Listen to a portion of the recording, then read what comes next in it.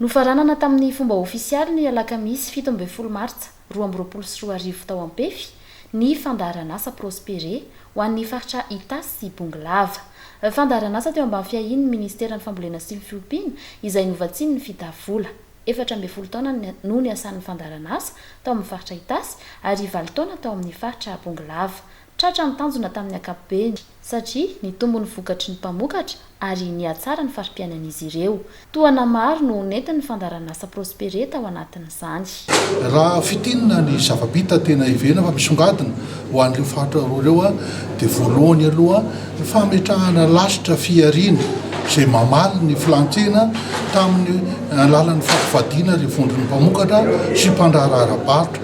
Efa misy ilay antsoina hoe couple POM nareo vondron'ny mpiray fiariana izay misy maromaro na ho an'ny tasy na ho an'ny Bonglava tafapetraka tsy vitany mipetraka efa mihodina ary efa afaka mitantatena amin'izao fotoana izao raha tsy ilaza afa-tsy ny dipoavatra mentsika tsy ilaza afa-tsy ny kafetsika napetraka ihany koa ahafahana miantoka an'izany fampihodinana izany ny fametrahana rafim-piariana maharitra na kooperativa ho an'ireo zotram-piariana izay ivena fa azona tombony ho an'ny faritra Rotota.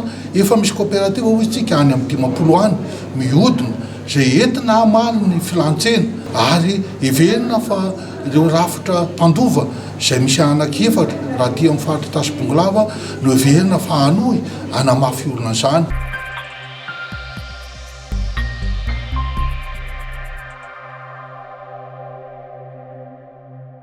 Tsy ho very ireo fahaiza-manao sy haitao ary lova napetraky ny fandaharan'asa ireo. Misy ny rafitra mpandimby sy mpandova hanohy ny zava-bita izay samy manome toky ny hanohy sy hikajy ary hampaharitra ny vokatra izy ireo ho amin'ny fampiroboroboana ny fandraharahana eny amin'ny tontolo ambanivohitra miainga amin'ny famokarana hatrany amin'ny fanodinana ny vokatra.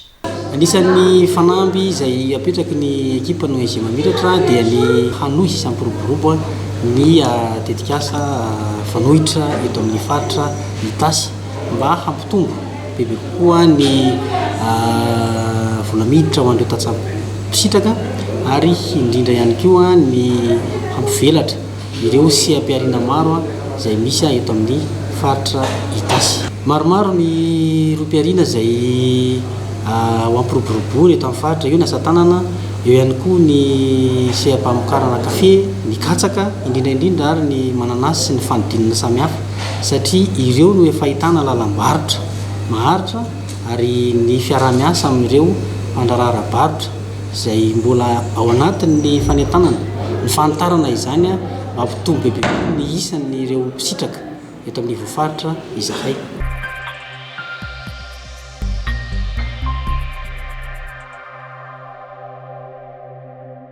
Zava-dehibe ho an'ireo mpisitraka mpahazo tombotsoa ihany koa ny fisian'ny fandaharan'asa prospéré. Nafahanay nampiroborobo sy ampiarinay amin'ny lafin'ny fanodinana toana anisany ny vaingana indrindra dia ilay atao hoe fond de coût partagé izany hoe misasaka amin'ny fanohanana ny fitaovana manaraka ny fenitra. Nafahanay nampitombo ny vokatra amin'ny kalitao sy ny amin'ny abetsany izay nafahanay namaly ny sena ahafahanay mifaninana amin'ny ny vokatra avy any ivelany. Izahay moa zany amin'izao dia natapitra ary ny tetikasa prospéré dia mbola miara-miasa amin'ny ministeran'ny agriculture ihany izahay amin'ny fampandrosoana ny filière tomaty hanatsarana ny fambolena voatabia manara-penitra culture sous serre. Antoka lehibe hanatrarana ny vina ho amin'ny fampitantena ara-tsakafo moa izany ezaka sy tantsoroka lehibe nentin'ny fandaharan'asa tany amin'ny faritra izany.